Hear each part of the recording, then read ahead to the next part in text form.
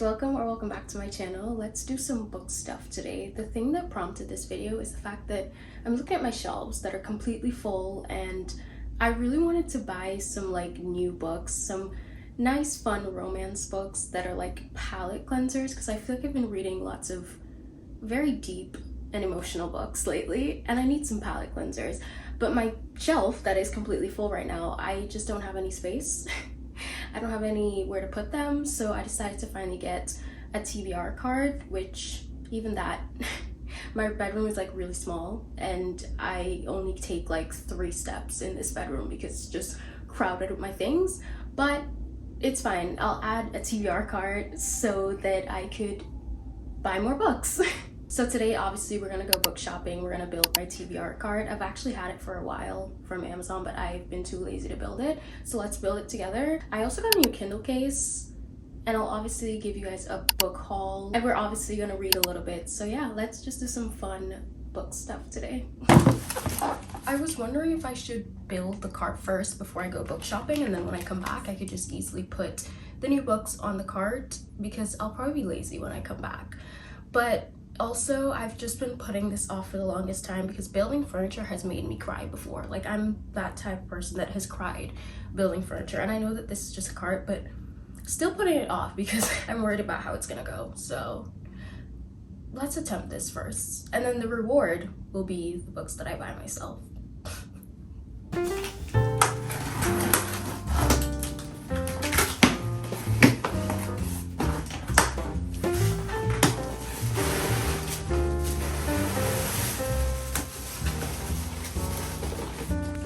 Scared of all these pieces, but it looks easy enough.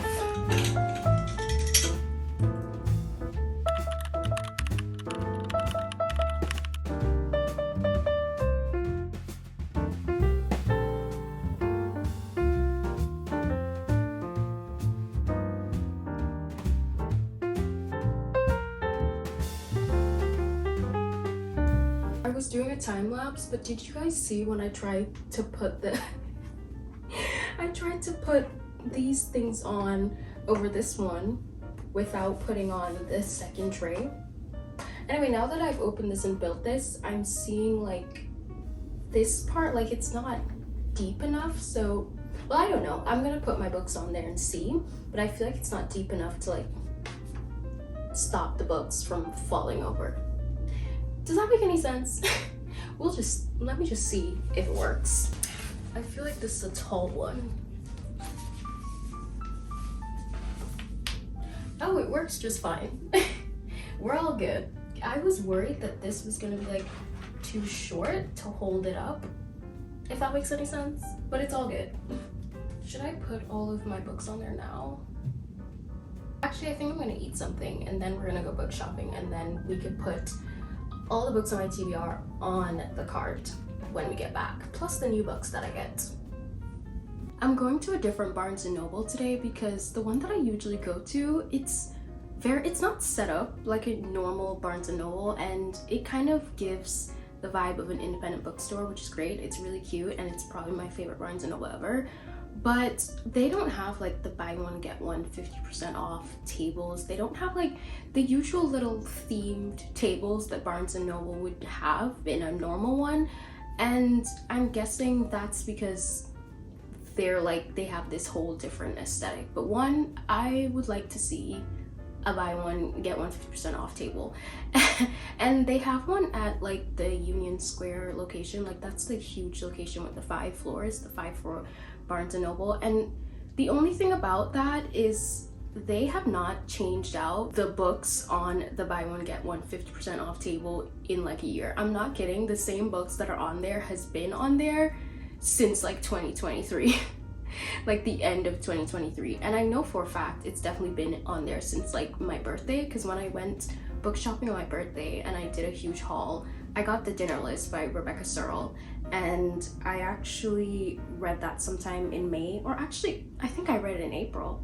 No, I read it in May. I don't know. Point is, that was like since the first couple months of the year, and that is still on the buy one get one 50% off table in like October. So I don't understand that. I feel like when I lived in Florida, the buy one get one 50% off tables would change like at least once a month. So I don't know what's up with that, but obviously if I didn't want anything a couple months ago, or if I've already bought something from there, it kind of makes it useless for me. But I don't know, maybe that's just their thing, and then the other brands that I love just doesn't have one at all. I mean, that's their right. They don't have to give me 50% off. They could sell everything full price if they wanted to, but I just feel like if you're gonna have a table like that, like make it good. I don't know. Anyway, my point of all of this is that I'm going to a new Barnes & Noble location, and that's one of the reasons, but I also just want to check it out because I think it's bigger than the other one that I like, and I just want to see a new one. And I just remembered that the Ripped Bodice, which is this all romance bookstore in New York, and I think it's in California too. It's like this iconic bookstore. I've only ever been there once. The Ripped Bodice is pretty close to the Barnes that I'm going to today, and since I'm on the hunt for romance books and like fluffy reads, maybe I should go there. I literally always forget about that bookstore, and it's pretty close to where I live. I think the reason why I don't go there when I'm thinking I want to go book shopping is because I'm like, I have to stick to one genre when I go there, and they have like romantasy and stuff, but it's still so romance focused, so I never go there. So maybe it'd be fun to do that today, and I could get some nice, fun, fluffy reads. I still want them all to be like fall themed. Maybe I'll get the Pumpkin Spice Cafe. I don't know, I have FOMO with that book, but I also don't know if I'm gonna love it. Anyway, yeah, that's kind of the plan of action for today, and I'll see you when we're at the bookstore.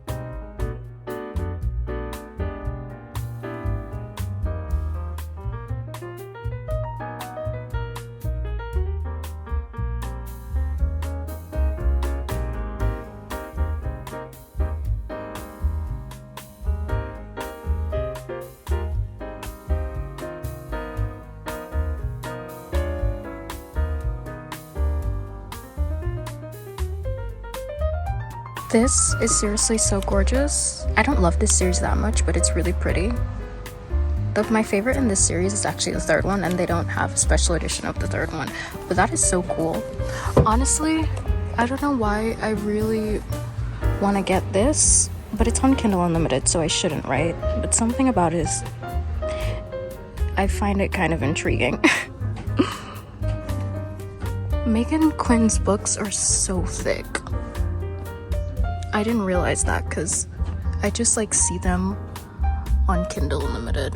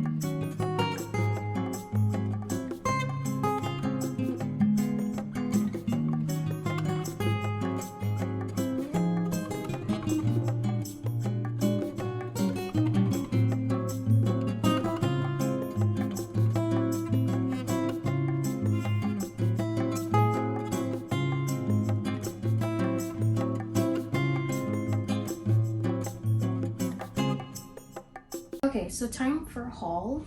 The things that I got at Barnes. First of all, that Barnes & Noble was so weird. Like, the first floor was just new releases and a little bit of like literary fiction on some tables and a little bit of like fantasy books that they have special editions of, and I was like so confused. And the thing is, I couldn't see the escalator things. So I was like, is this it? Is this all that they have? And the top floor, like most of that Barnes & Noble is the cafe. If I ever want to do work or anything in a cafe, I could go there, but I don't think I'll be going there again because the selection is not that big, honestly. Also, they didn't have the buy one get one 50% off table. I'm thinking that New York just doesn't, it's not a thing in New York, and only the Union Square location has it, but they just don't change out the books. But I went downstairs and I saw everything that I like really needed, all the romance books and stuff, but the selection really isn't that big there. I know I'm saying all of that, I still got lots of books, but I just know that other Barnes has better selections. You know what I mean? Like, it was nice to check it out, but I probably wouldn't return. That Barnes is literally only bigger by like square footage. The books, there are not more books in there. So yeah. And then the ripped Bodice, honestly, it's a really cute store and it's a nice place to like go and see it every once in a while, but once again, not that big of a selection. And how can it be when you only like focus on one genre, you know? But I noticed in the back they have a little like section of literary fiction, so that's pretty cool.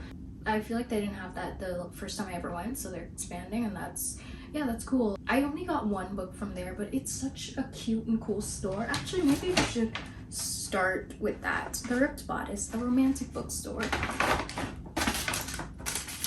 Even the receipt is pink. But the book that I got from there is Out on a Limb by Hannah Bonham Young. I've heard such good things about this, and I heard that this starts out like they meet at a Halloween party. So honestly, Halloween, when I'm filming this, Halloween is tomorrow, so this would be pretty great. Even though Halloween is like gonna pass by the time I'm reading this, it's still hopefully gonna give me the fall vibes, although it's probably gonna go on for 9 months because this is about an accidental pregnancy, or someone gets pregnant. I'm pretty sure that's what it's about. And this is the cutest bookmark that they give out. Oh my god, I'm literally it's so hot in my apartment right now, but it's so hot outside too. Like, fall, hello, where are you? So everything that I got at Barnes & Noble, how many books did I get? 1, 2, 3, 4, 5, 6, 7? 7 books. Okay, so Daydream by Hannah Grace. Unpopular opinion, maybe. I actually liked Icebreaker. I thought that they were really good at communication. I know it's like, it's intense. It's not for everyone. And I thought it was, I think at the time that I read it, it was kind of just like a comfort read. Like, it was just fun and easy, and it was like earlier on when I first started getting into reading, so I enjoyed it. And my favorite part about it was Henry. So that's why when the next book wasn't about him, I was like, okay, I don't care about the series anymore. And I attempted to read Wildfire. It was in a 24-hour reading vlog. I fell asleep after like a couple pages and I never went back to that book. And I just never had the desire to continue the series.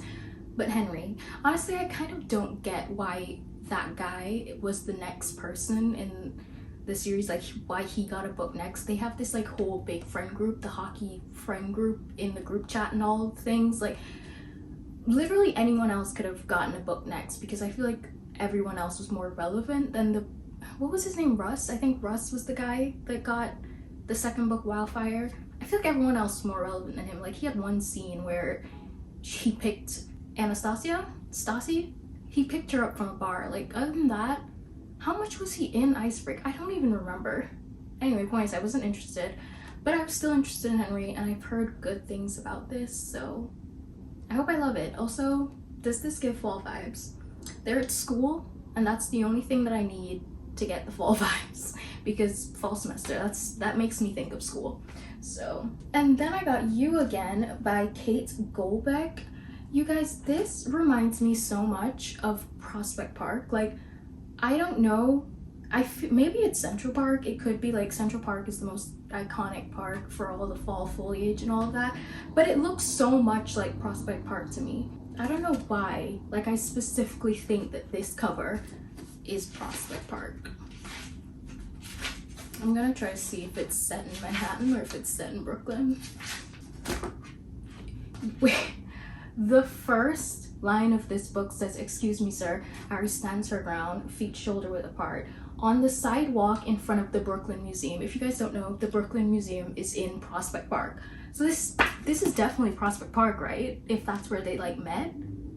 I mean, that's what the first line says. I have to continue the book, like reading it, to see what it actually is about and like if it's set in Brooklyn or not, or if it starts out there. I don't know. Maybe I should read this in this vlog and go to Prospect Park and actually like set the scene. Would that be fun? But do I want to leave my house? We'll see. I feel like this is the most like fall book. Is it? Yeah, I feel like this is the most fall book that I got, so I should read this one. But I was saying earlier that I feel like I see people haul this book a lot and they don't give a review. I feel like what happens is that they haul it and they don't get to it, so they leave it for next fall, and I don't want that to happen to me. So maybe I should read this one in this vlog, just get it out of the way so it's not on my shelf until next year. The next book I got is The Neighbor Favor by Christina Forrest. Why does this give me fall vibes? It's because, one, it's set in New York.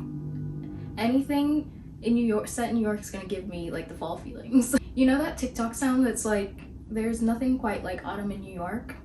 That's how I feel about like books set in New York. It just gives autumn. And this is also about this girl who, I'm pretty sure she's reading, she has a pen pal that she doesn't know who it is, and it ends up being the male main character. And she also loves this fantasy book, and he ends up being the author of that fantasy book. Does that make any sense? I feel like I explained that terribly. She loves this fantasy book. It turns out the person that she's talking to online is the author of said fantasy book. But anyway, the point, fantasy books also give off fall vibes, so that could be fun. You see, all of these are romance books so far. Like, I really stuck to the script until this. This is More Days at the Murasaki Bookshop, and this is a sequel to Days at the Murasaki Bookshop. It's a sequel to this book, and this cover doesn't really give much fall vibes. The way that things were described in this book, the scenes that were set, the author described cafes and like the rain, and it gave such great fall vibes. And I think, well, I'm hoping that this one does the same thing, and this cover looks more fall than anything, so I really do hope that it gives me that vibe. And these are such tiny books. I remember not expecting too much because, as I said, it's so short, but this book had such a great message at the end, and there were so many fun things, not fun, but like nice things that I underline here. One of these quotes say, "I don't know, maybe it takes a long time to figure out what you're truly searching for. Maybe you spend your whole life just to figure out a small part of it. It's important to stand still sometimes." The main character of this book like went to go live with her uncle, and everyone thinks her uncle is this like strange person, but he has lots of wisdom, you know? It was a very wholesome read, and yeah, I think I'll enjoy this one too. I've really been wanting to read it, so I picked it up. Even though it's not a romance book, I think this kind of serves, it still serves under like the palette cleanser kind of thing I was going for. So More Days at the Murasaki Bookshop. And then I got On Rotation. This is by the same author as Between Friends and Lovers. It's by the same author of this book, which I absolutely loved. One of my favorite romances of the year. And I said that I really wanted to read more by her. I hope she comes out with another book soon, but I have On Rotation, and yeah, I'm excited for this one. I'm pretty sure, yeah, this one came first. This one came before Between Friends and Lovers. And I see she has like a theme going on. I mean, she herself is a doctor, I think. She's a physician, yeah. So I'm pretty sure her main characters will always be in the medical field, which I think is really cool. And I don't know, just the way that she writes, it's amazing. So I'm excited for this one too. This is probably gonna, well, if it's anything like Between Friends and Lovers, it's probably gonna be more of an emotional romance. I'm fine with that. And the last book I got is The X-Files. I don't think this one is giving fall at all. This literally looks like they're at a winery or something, like in California.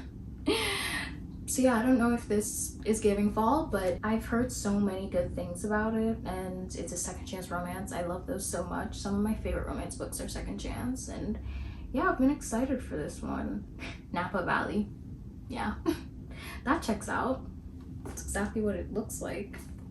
I've also been wanting to read You with a View by this author, but since summer ended, and that book just, it probably isn't that summery, and you could probably read it at any point, but it just looks very summer, and so I decided to pick this one up instead, and I'm really excited to try out this author because everyone has been talking about You with View and The Ex-Vows, and I love the covers of her books so much, and I love the spines too. Like, I love when spines have a little picture on there that's like reminiscent of the cover. I love that. It's very cute. Also, I got these two books on Amazon, Before I Let Go by Kennedy Ryan. I feel like I rave about this book a lot, and I didn't even own it. I read it on Kindle Unlimited because it was on there, but they had this on Amazon for $6 or something, and I was just like, I remembered that I don't own it, so I grabbed that. Also, this was on Amazon for $7, which is kind of insane for a hardcover book. This is originally $28 and I got it for $7 on Amazon. This is Pineapple Street. I also rated this book 5 stars. I listened to it as an audiobook, and I feel like that's probably how I would recommend it the most. The audiobook was amazing. And actually, this is one of the books, I usually love a paperback, but this is the one of the books that I really wanted in hardcover, because the paperback version of this book, it's like the cover was condensed to go on a smaller physical copy, and you just don't see the details of the book, because this is like one of the Brooklyn apartments that they describe in this book. That's like their iconic apartment in their family. It just has such beautiful details, like the curtains and the bust and like the gold mirror. Like, it's so Baroque and it has such great details. So I wanted the hardcover of it because you just don't see the details properly on the paperback. Anyway, I've been talking for way too long. I feel like my mind is like racing, and sometimes my mind is thinking something and it just doesn't sync up with my mouth. So I'm sorry. I try my best to like edit those parts out, but you just have to see me be a mess. Sorry. Anyway, let's put all of the books from my shelf that I haven't read yet on the TBR cart, and also put these on the TBR cart. I guess this will kind of also turn into a redoing my bookshelves type of video. I feel like I've done that a lot in videos though, so maybe I won't do too much, but I am gonna have to fix my bookshelves after I take all of the unread books off. I haven't read Reckless yet. Honestly, I'm not in a YA mood. Kind of have no desire to. I haven't read A Court of Mist and Fear yet. I need to get to this. I know. The third Heartstopper, honestly, kind of forgot that I had this. And that's another reason that I want to separate my unread books, because I keep forgetting what I have. Check and Mate by Ali Hazelwood. Again, not in a YA mood. But The Serpent and the Wolf by Rebecca Robinson. I feel like I'm going to read that after I read You Again. Life's Too Short by Abby Jimenez.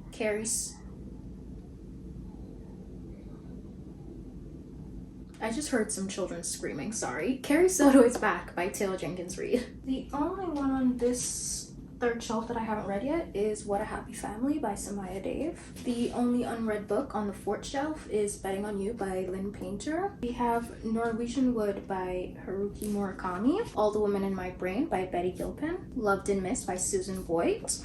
A Movable Feast by Ernest Hemingway. Pride and Prejudice by Jane Austen.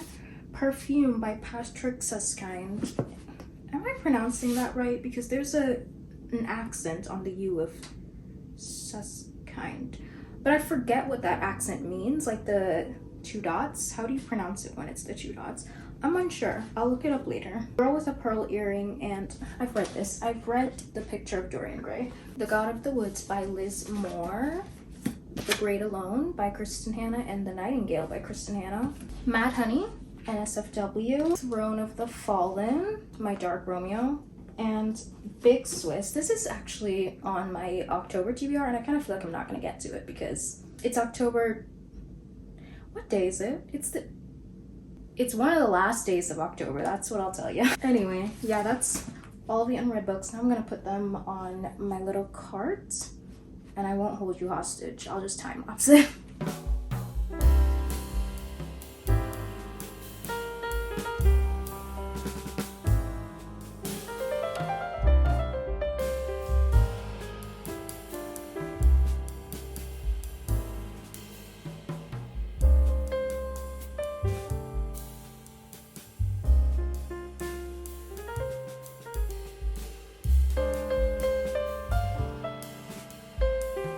I completely forgot about The Perks of Being a Wallflower. I started this book and then I DNF'd it, so yeah, I read 114 pages. So I'm putting this back on the cart, and I'm just gonna put this on the cart because it's my sister's and I need to return it. I feel like putting it on the cart will make me remember. It's all good now. When I finish reading a book and I have to transfer it, then we have issues once again. But basically what I did for the cart is on the top shelf, I put more like things that are more on my immediate TBR, things that I want to get to sooner. And then the second shelf is like second tier. Like those are what I would want to get to after these. And then these are books that I feel like I need to be in a mood. Like I have to be in the mood to read them. This is the most books I've ever had on my TBR. Kind of terrifying. It's kind of funny that I'm saying that this is the largest my TBR has ever been, because I'm so into TV right now. I don't know what it is. I don't know why I keep wanting to watch things instead of picking up my books.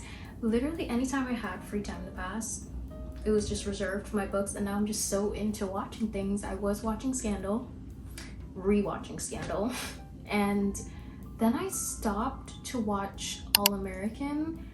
And I watched like the first couple seasons of that show a really long time ago, and I just need to like catch up a little bit and then watch the newer seasons. I watched 4, 5, and I'm currently on 6, and I'm almost finished 6. Like I have 3 more episodes left or something, and it is so good.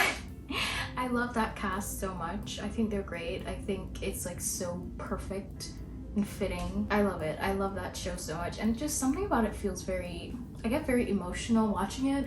There's lots of like intense traumatic things that happen in that show, so like I don't know if they're trigger warnings for shows, but there should be, because that show is quite traumatic. But still, I get so emotional, and I literally, there's something that happens in season 5, if you've watched it you know, and I was literally crying. I'm like, why am I, this isn't real, why am I crying? Like it's just a show, why am I crying right now? I think what it is, it's like in Scandal, lots of intense and traumatic things happen in Scandal too, but it's just so kind of unrealistic. Like it could never happen to me anyway, because all of Olivia's problems are rooted from the fact that she's having an affair with the president. You see, me personally, I wouldn't do that. I can't relate, Olivia, I'm sorry. Like I feel for you, but I'm not gonna cry over you. But in All American, they just feel like real people, and so I find myself crying. But it's such a good show. When they're at their like high moments, it's amazing, and I love like the found family in that show. So good. I have to say, I do find it kind of annoying where I feel like as soon as something good happens, something bad happens. And it's like, I get it, you gotta keep the show going, but damn, let these people breathe. But yeah, it's good. I recommend All American. I love it. I don't know if I'm gonna watch, I don't know if, I think it's continuing after season 6. I think they're filming season 7 now, and I don't think I'm gonna continue it though, because I heard like a lot of the main characters left, so I feel like I don't need to. Like this will be my season finale. Anyway, that was a whole rant about has nothing to do with books, but balance, you know, balance. Anyway, I have been wanting to change my Kindle case for the longest time, and I've been wanting to change my Kindle stickers, but I'm kind of over the whole sticker vibe. Plus, these clear cases, they get yellow, and I feel like no matter how much I try to clean it, it's just yellow. Why do they do that? No, I wonder if you guys could see it. I don't know if it shows up on camera, but like look at how yellowish brown that is, and this is what the stickers really look like. Like please tell me you can see the difference. I hope you can see it, but yeah, it's pretty disgusting.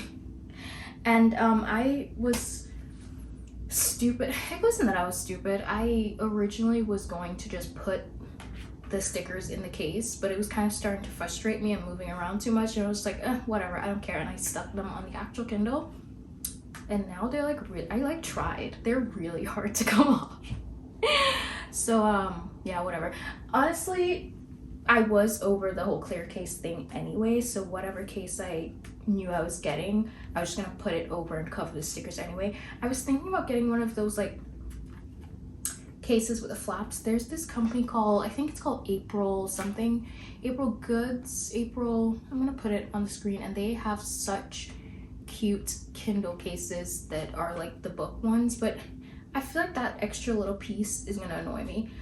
But at the same time, I probably should get it because I have no protection for my screen, and I just noticed a little scratch on it. And listen, I know new Kindles are out, but I would like this to last me forever. As long as it can stay with me, I would like it to stay with me. But anyway, yeah, I have no protection on the screen. And the case that I got from Amazon is just this. It's just a pink case. It's gonna do what it has to do in covering the back of this, but it's not really that protective, honestly. It's very light. Honestly, when I bought it, I didn't think it was... Are you gonna see the stickers? No. Not much anyway. But yeah, that's my new Kindle. I'm trying to see if you can see the stickers.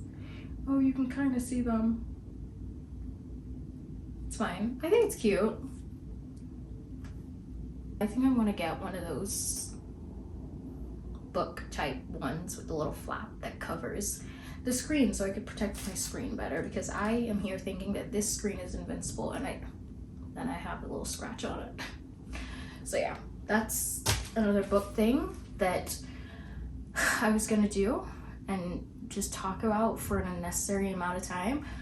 Anyway, when I start reading You Again, I will let you know and I'll tell you how I feel about it. And then tomorrow, I think I am gonna go to Prospect Park and like read it in the park and set the scene, set the vibe. If you're a football fan and you've watched All American, how accurate is it? Because everything I know about football and the NFL comes from this show. I literally know nothing else. So I hope it's accurate.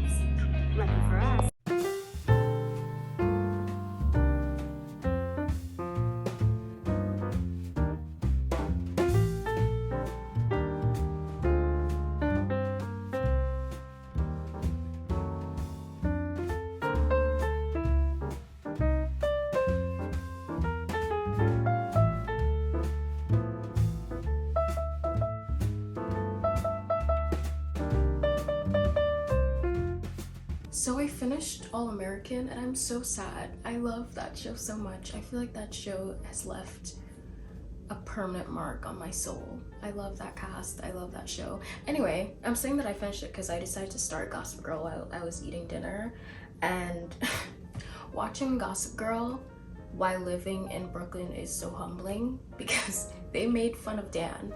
Like, the biggest thing that they made fun of Dan for is living in Brooklyn. He also lived in Williamsburg. If you don't know, Williamsburg is like the part of Brooklyn where you could like see Manhattan from your apartment, and Dan could see Manhattan from his apartment. It was just like Y'all are making fun of that? It's honestly kind of funny. Truly humbling though. And it's like, this is how the other side lives. Anyway. So I am now like halfway through this book, and I decided to like wait a while before I said anything because I've noticed a pattern of me like updating on books after reading like one chapter or a few chapters or something, and like it's going well, it's going okay, and then it goes downhill and I just sound like an idiot because I'm like, I like it so far, and then like I read 5 more chapters, I'm like, this is actually terrible. So yeah, I'm learning my lesson. I'm halfway through. I feel like all of the, actually more than halfway at this point, I feel like all of the opinions I've formed pretty solid and I can stand by them. First of all, I was kind of blindsided by like the first chapter of this book because I didn't read the back of the book. I had no idea what this was even about. This is one of those books that I bought for the cover, for the autumn vibes. And literally the back of the book talks about how the female main character, Ari, is a free-spirited, struggling comedian, and the male main character is Josh, who is an ambitious culinary something. He's a chef. And basically it says, this one line could have like clued me in on how this book was gonna go. It says they have absolutely nothing in common except that they happen to be sleeping with the same woman. Imagine my surprise when I read that in the first chapter. I was like, what is this book about? Honestly, it was kind of funny though. I feel like that entire first chapter really like hooks you. There's just lots of drama in there, and yeah, I kind of wanted to continue reading from there. This is one of those books where I probably would have been like, oh my god, this book is so amazing after just reading that first chapter. It's a good first chapter, I can't lie. It's very interesting, but not that it went downhill, it's just I definitely have more things to critique now that I've read more than half of it. Basically, these two keep running into each other over like 8 years. Like the first chapter happens and then the next chapter says like 3 years later, and then the next chapter says 2 years later and stuff like that, until it's like present day and they just decide to actually be friends. But basically the third time that they meet up, they are both kind of in a rough place, and they just have like very fleeting conversations about like how they're both doing in their relationships and stuff like that. And since they're kind of both in a rough place, they decide to like be friends and kind of just be miserable together, you know, misery loves company. And that's how this starts out. They're doing very basic things, like they're watching movies, they're talking on the phone, they're going to IKEA together. Honestly, solid friendship. I could use a friend like that. Let's go to IKEA together and help me build furniture that won't make me cry.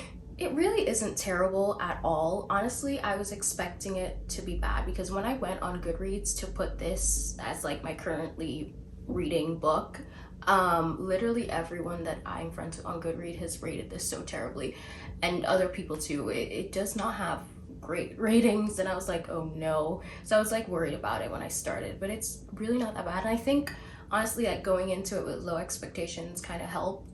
Everyone's biggest problem with this is that they find the characters insufferable, and I've read worse. I think that's what it is for me. Like, they aren't the best, but like I've read a lot worse. They honestly just feel kind of realistic. Like nothing about them feels like horrible, or like I don't feel like they're doing anything. They're definitely not doing anything to each other that's horrible. Not so far anyway. And so yeah, I'm not that bothered. There's been these like little moments of the characters like getting jealous and like just realizing that they do have stronger feelings than just like a friendship for the other person. And I don't know, I feel like in those moments, I don't know how else to describe it other than saying that it feels realistic. I feel like everything about them and the way that they react to things just feel very realistic. And so it's nothing out of this world, but I kind of like that part. And as I said, it's been entertaining. It's like, it just keeps going and stuff keep coming up and just everything keeps happening, and their life in New York is very full. I'm enjoying parts of it, but here's the things that I'm not enjoying about it. One, it's in third person, which is fine, all good, cool, whatever, but then it kind of like switches from Ari's point of view to Josh's point of view, again, fine, but it does that within chapters. And the only thing that like separates their point of views are these little things. And like, I guess like chapter breaks, I don't know.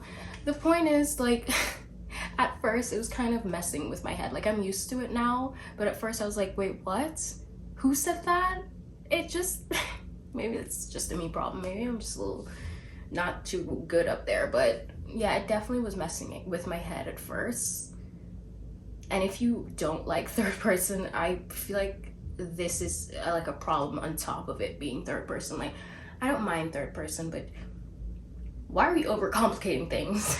So the next thing that I don't love about this book is that I feel like the author says some like very chronically online things about New York. And I feel like what authors today don't realize is that, listen, I get it, I'm chronically online too, but I am reading to get away from my phone. I'm reading to get away from social media. Like, let's have some separation there. If I wanted these chronically online takes and jokes and silliness about New York, I'd just go stroll on TikTok. Like, I don't know. I just feel like sometimes in books, authors are throwing in so much like modern day stuff and slang and social media stuff because they need it to kind of like stay relevant, and they don't actually have a solid story to do that, or like a really, really good story to do that. And it just feels like a cop-out sometimes. Like, I promise I'm not this type of person that needs all of my books to be like so serious. I'm not. I love a good silly little romance, but it kind of feels like they're just throwing these things in there to be like, look, you relate to this, so you'll probably love this book. I don't know if I'm explaining that right. I'm just wondering how authors would do if you forced them to take away their little references that they saw on TikToks, or their Taylor Swift references. I love Taylor Swift music. I love folklore. Folklore was mentioned in this book, but it's just another book where Taylor Swift is mentioned. It's just like, please give it a rest. Let that lady rest. She does not need to be mentioned in every book. And it's like, what will your books be without these references? You know, these little jokes. Like, could you form, like, one of the jokes in this is, he said, the rats run, what did he say? The rats run this? No, he said something about the rats are the real New Yorkers or something like that. And I'm like, do people really say that? People I talk to don't say that anyway. I mean, I know it's a little joke. It's a thing that people say on the internet, but it's like, could you form your own joke and would it actually be funny? I don't know. I know I'm getting too deep into this, but I don't love social media references in books. I've always said it, and I probably always will.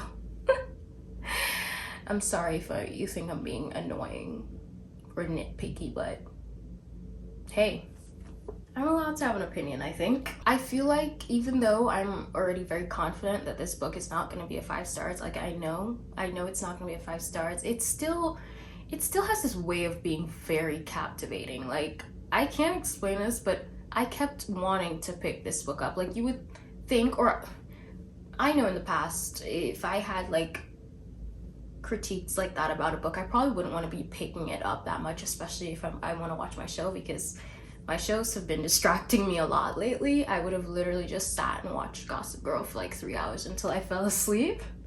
But I've actually been so captivated by this, and I've been wanting to pick it up constantly throughout the day. So that's a very good thing, and it gets points for that. And honestly, going back to my little rant about social media for a little bit, I think that this book would actually be fine without it. Like, as I said, it's actually interesting, it's captivating, and it's not necessary. I'm just like tired of seeing the same like things over and over and over again in books, you know? That was the point of my whole rant. But yeah, it's really not going bad so far. That's my like halfway point update. I'm on page 238, and I think this book has like 400 and I don't want don't want to split myself, like 418 or something.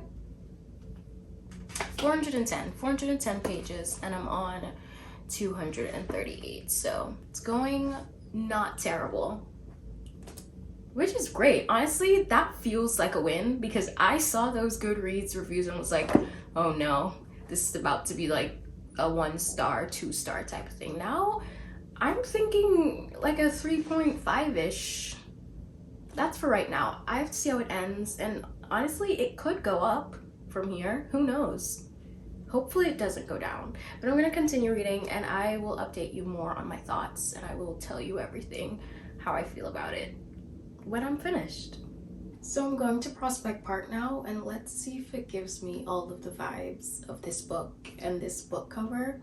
I feel like the leaves have not been that orange or red or yellow lately. They've kind of just been dying. They've just been brown. They just went from green to dead.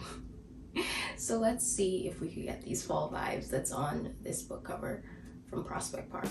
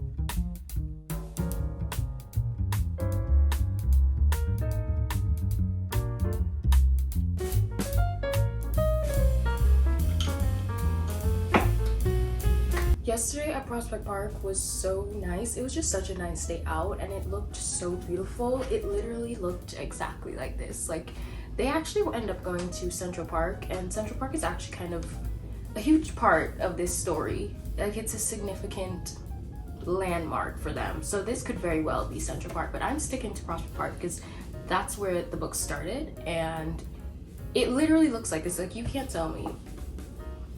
Yeah, I'm sticking to Prospect Park, even though I don't think I'll ever know for sure. But yeah, yesterday was really nice. It was like such a beautiful day, and we ran into this like little food festival thing, and we had jerk chicken tacos, which were probably the best things that I've ever eaten, and they were really good price. We had the paella, which was okay. It wasn't that great. It was really expensive, so like, don't recommend. The jerk chicken tacos though, 10 out of 10, definitely recommend. Although that place, that little food festival thing in Prospect Park isn't happening again until next year, April. It's like a every Sunday thing for a couple months in the year, and I'm guessing it's like spring to fall, and now that winter is coming back up. Yeah, it's over now. That was the last Sunday, but I'm glad I got to see it. It was some great food. Anyway, I actually finished this book last night, and honestly, I'm kind of surprised in the way that I expected to hate this, and I didn't hate it. I feel like it did exactly what it needed to do for me. Like, I literally said that I wanted to go buy some palette cleansers, some romance books that are just easy to read to keep me captivated, and just like, you know, no brain power type of thing, nothing that's gonna make me too emotional or feel too like invested. And that's exactly what this is. Like, it was very entertaining, but I didn't like feel too invested in it. I wasn't getting emotional. I wasn't crying over it. You know, sometimes I need these, and it did exactly what it needed to do for me. As I said before already, I don't find them that insufferable. One thing I will say about the female main character, Ari, she's very open when she's talking about sex, and she's very progressive, and I definitely did see some like reviews progressive, for lack of a better word. I definitely saw some reviews that like people were not comfortable with some of the things she was doing. She would like go on dates with married people, and she was just never, she doesn't really believe in monogamy, and that was like her whole thing. I feel like I did mention that in the first half of me like explaining what it was about, but yeah, that's like her thing. She's not into monogamy. And you know, Josh is coming to save the day and change that. So I definitely can see why people are so like against her, but honestly, I don't really see why people are against Josh. He's a little miserable. He has every right to be, okay? He was making her pasta. Well, he was going to make her pasta from scratch. Like, leave Josh alone. He's fine. Listen, I am not one to defend a man, right? But I feel like when a man in a book is like the one who has the more conventional view on a relationship, and he's very like romantic, and he's hopeful about relationships, and he has very good communication skills, you know, things that aren't that common in real men. I feel like authors feel the need to balance it out with a female main character that's like exactly the opposite of that. And I support women's rights and wrongs, but it's just like she was so like far off from Josh, like when it comes to things like communication and just like their morals, I guess. It's kind of maybe I shouldn't say morals, but like their beliefs, yes, like the things that they believed in were so different when it comes to relationships. And I guess I'm glad that it like worked out in the end, like it came together nicely, because that's what romance books do. But it definitely is like kind of a reach, and I can see why people don't see the chemistry, and I could see why people just don't love it. I feel like I'm telling you both sides so you can decide whether you want to go read it or not, because I definitely can admit this isn't the best thing in the world, but I was entertained. Like I find it entertaining, and I think that's just all I needed from a book at the moment where I am right now. That's all I need from a book. I didn't need anything realistic. Actually, this was kind of realistic in some ways, but I didn't need anything too intense, too relatable, too emotional. I just wanted some vibes, and I got exactly that. There were also so many parts about like New York in here that brought me, obviously it's set in New York, but there were so many parts about it that brought me comfort, because she was like naming very specific streets and spots and like restaurants, and it's just, I don't know, something about it felt kind of homey to me. And I don't know if everyone's gonna find that kind of comfort. Like maybe read it when you're visiting New York or something, I don't know, but that is a part of it that brought me comfort. And it could like be a bias, could be a reason that I have a more positive view on this book versus people who maybe don't like find comfort in those kind of places. So yeah. Another thing that I feel like I should mention is that this book has a lot of time jumps, and I don't know how everyone's gonna feel about that. I don't even know how I felt about it. It felt kind of crazy at first. Like I mean, in the first couple chapters, I feel like it kind of made sense. It was this thing like we're always running into each other, and it was like, okay, I met you for the first time, then I saw you again 2 years later, then 3 years later and whatnot. But then obviously they start spending time together, so there's no time jump, but then it kind of goes back to having some time jumps. And I think more so in the second half, I was like, I don't know if we need to still be doing these time jumps. It kind of felt like the author didn't really know how to transition the story, or she didn't know what to do with the third act breakup, because of course there's a third act breakup.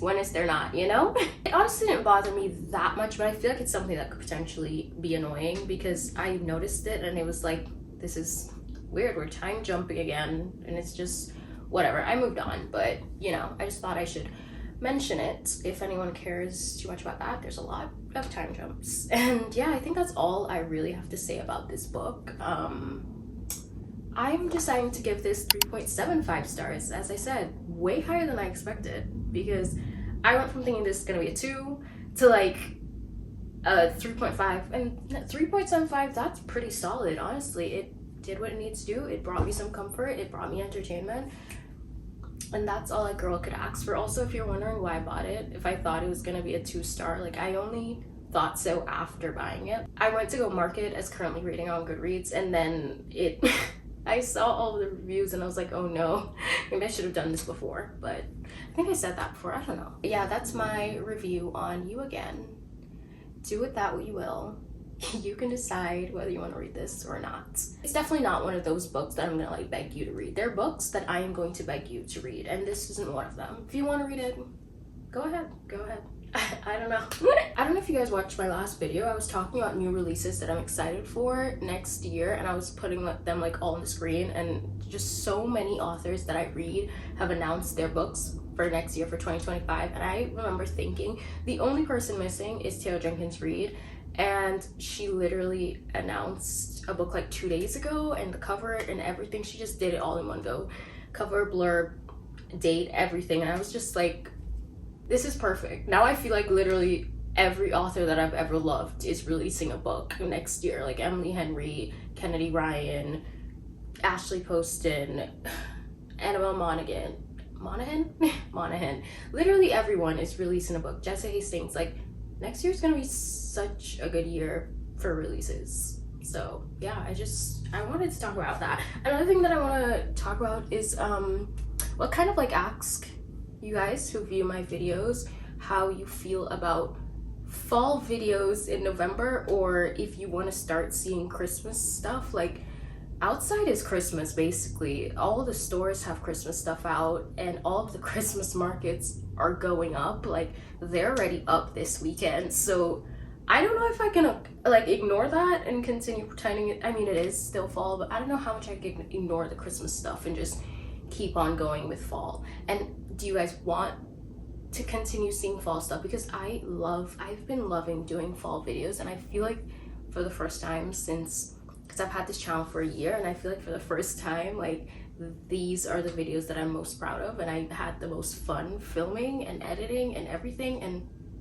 I feel like I've gotten some great feedback on them too. So I don't know, do I continue the fall videos until the wheels fall off, or do I start Christmas? You guys let me know if you would continue watching the fall videos up until like Thanksgiving. In my head, that's when fall like ends and we're like Merry Christmas, you know, when Thanksgiving happens, which is some like the 26th or something like that, at the end of November. So yeah, let me know how you feel about November videos. Do you want to start seeing Christmas stuff, or do you want to continue the fall videos?